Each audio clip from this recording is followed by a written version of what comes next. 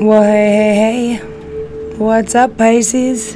Here we are, March 2019. My voice still pretty much sounds like shit, but I said we're gonna do the March readings, so we're gonna do the March readings.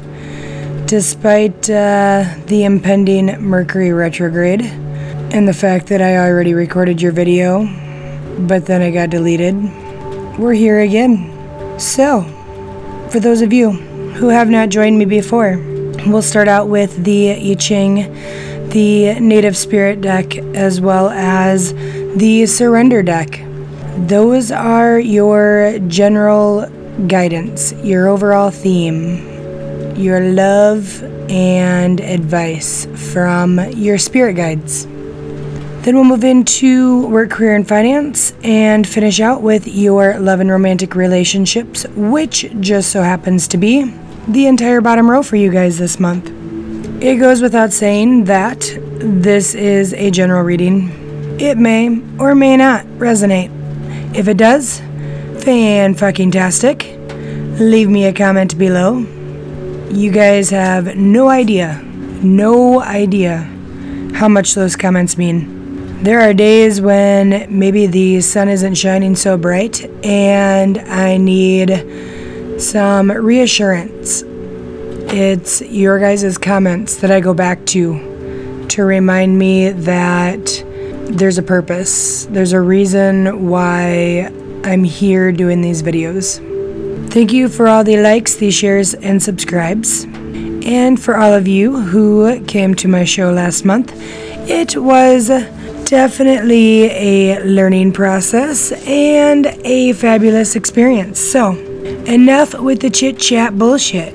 Let's do your reading. Number 37 in the book of I Ching. 37 is the clan. Wind above fire symbolizes the words that arise in the heat of human interaction. When each person in the family or clan respects every other member, the fires of union are fed. Words are not just empty air that is blown about for no purpose or to overwhelm. The clan is sustained by the fire at its heart, which must not be blown out. When each person in the family or clan respects one another, the fires of the union are fed. Words are not just empty air that is blown about without purpose. Watching your words, Pisces. Taking the time to deliver a message with words that have purpose, that have meaning. Remembering that no matter how much you may want to, you can never take back the words that come out of your mouth. You can never apologize enough or regret enough to make somebody unfeel the way that your words made them feel. Sacred Mountain. Every blessed time I use this deck, I am mesmerized by the beauty, by the imagery. And this month is no different. Now that we got the camera back in focus here, look at that mountain. It's just gorgeous. It stands on its own. And this card is all about moving to a place where the view is unobstructed. The demands are few. When we remove the feeling of urgency and the stressors or the demands of everyday life, it's then that we can see the situation that we're in with a clear state of mind. Sometimes we almost intentionally put obstructions or privacy fences or let our own self-limiting beliefs stand in the way of what we know we really need to see. Sometimes it's because we don't really want to fucking see what there is to see. But all that's doing is just delaying the inevitable, right? You're gonna see it one way or the other. And if you make the universe, if you push the universe to remove those obstacles or those blockages or whatever is obscuring your view, it's gonna be so much more difficult, so much more painful. You're going to feel almost violated when they take away whatever it is that's blocking your view. Find your mountain, Pisces. Surrender to spirit. Once you've done everything you can to achieve a goal, turn the situation over to the divine. Let spirit work its magic for you. Now in that card, you see those like little shadows of red and green and blue? Your base chakra, your heart chakra, and your intuition. Then it's very clear at how bright that light is, right?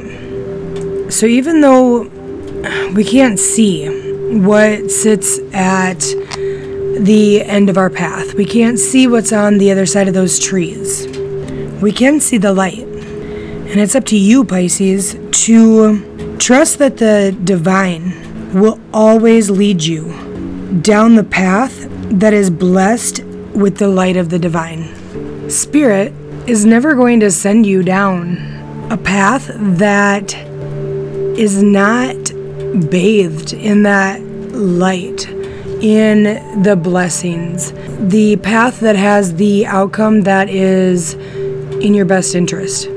Now you can sit there and you can say, oh really? Well then how the hell did I end up here? How did I get into whatever situation? You got into that situation because you didn't fucking trust your gut. That's how. You had 1,000,003 different red flags. You had every person under the sun trying to tell you. You had your own intuition, your gut, that feeling in your belly saying, hey, listen, Linda. But no. Pisces thought that they knew better. They let their heart, their ego get in the way.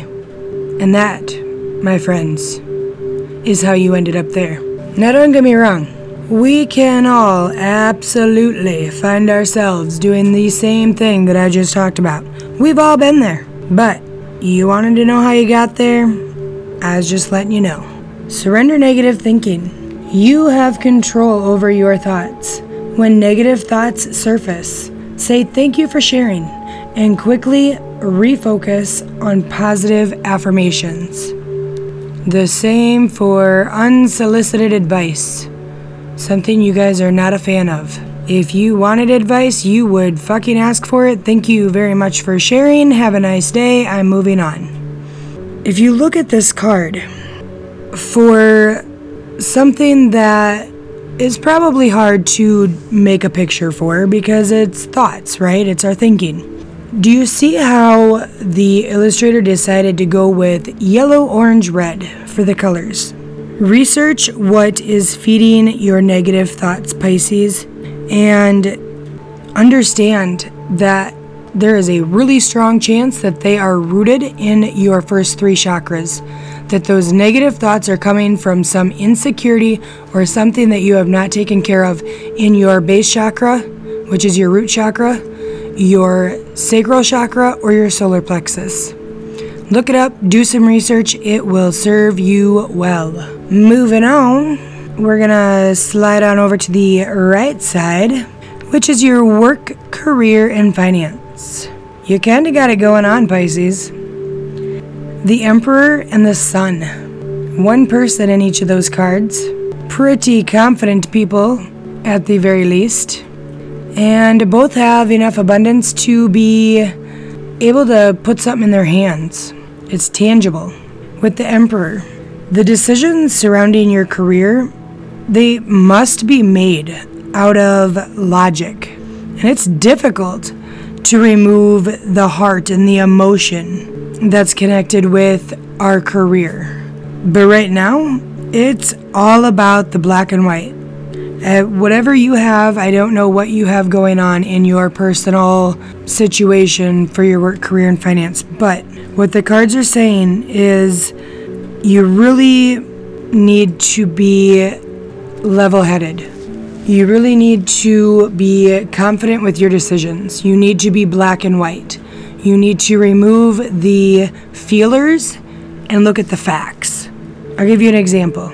You really struggle with missing your kids or your family, your friends, your dog, your cat, your cow.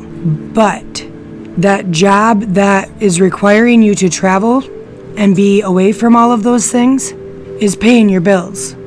And bills are not going to pay themselves.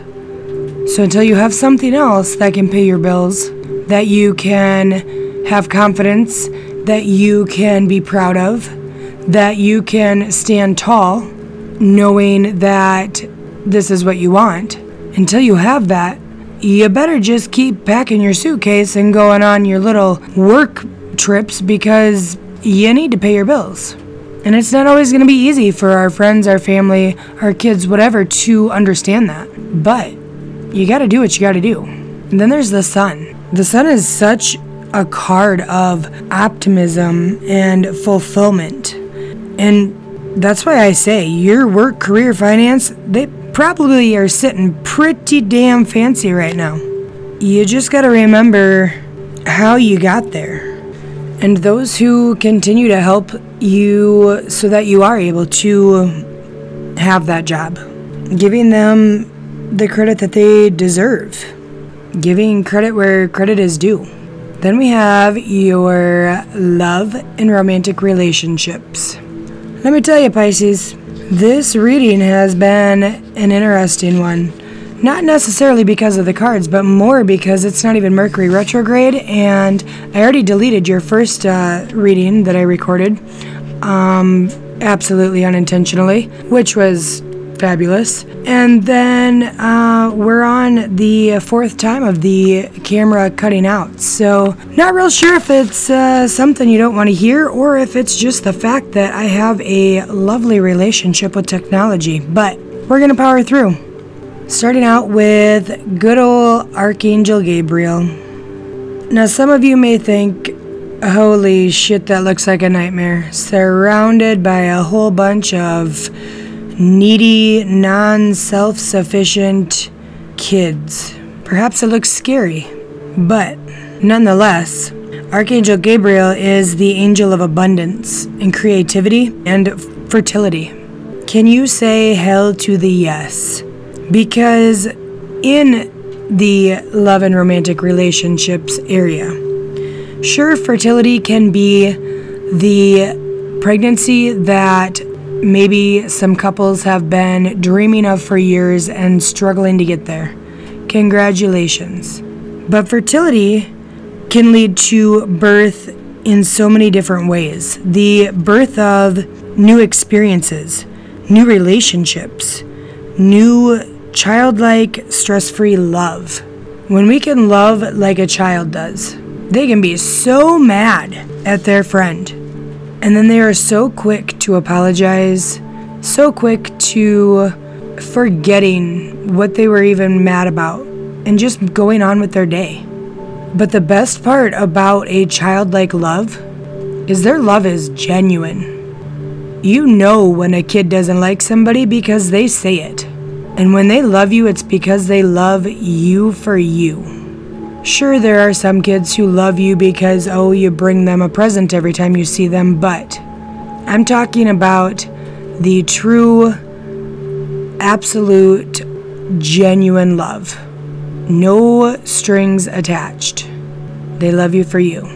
That's starting out your love and romantic relationship section. Fucking winning. So happy for you, Pisces. And then, to add to this fabulous story, we have good fortune. Do you see the rainbow?